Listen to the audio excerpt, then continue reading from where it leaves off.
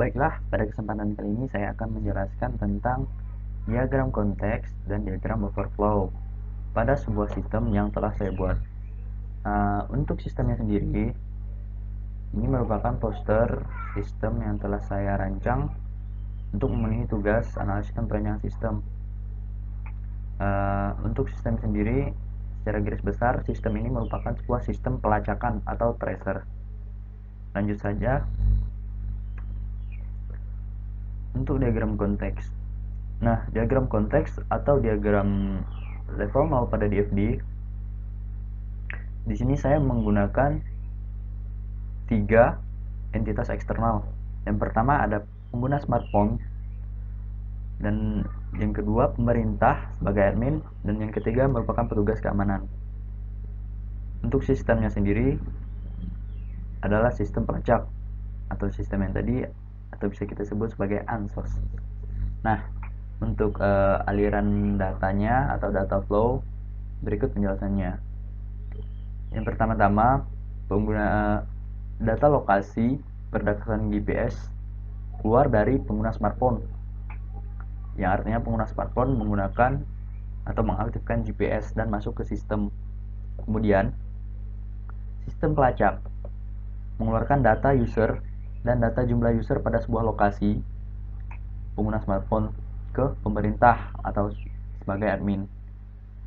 Kemudian, pemerintah atau admin mengeluarkan data konfirmasi ke dalam sistem, dan sistem mengeluarkan data titik koordinat pada maps ke petugas keamanan, dan petugas keamanan memasukkan data user ke dalam sistem.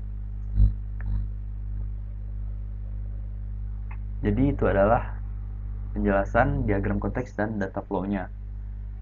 Sekarang lanjut ke diagram overview. Diagram overview atau di sini bisa disebut juga diagram level 1 pada DFD.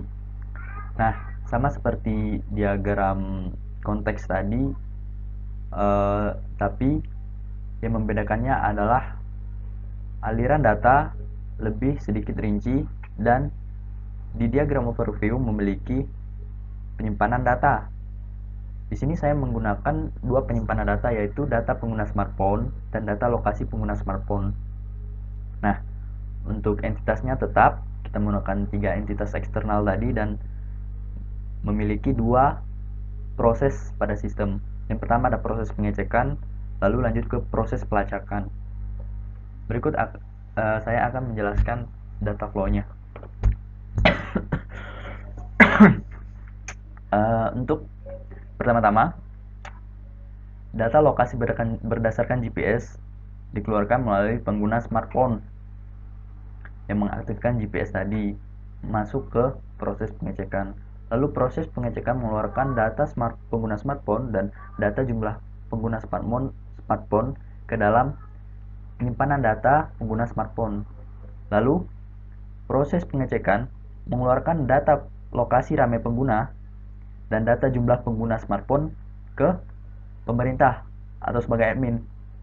Dan proses pengecekan juga mengeluarkan data lokasi dan menyimpannya ke dalam penyimpanan data lokasi pengguna smartphone.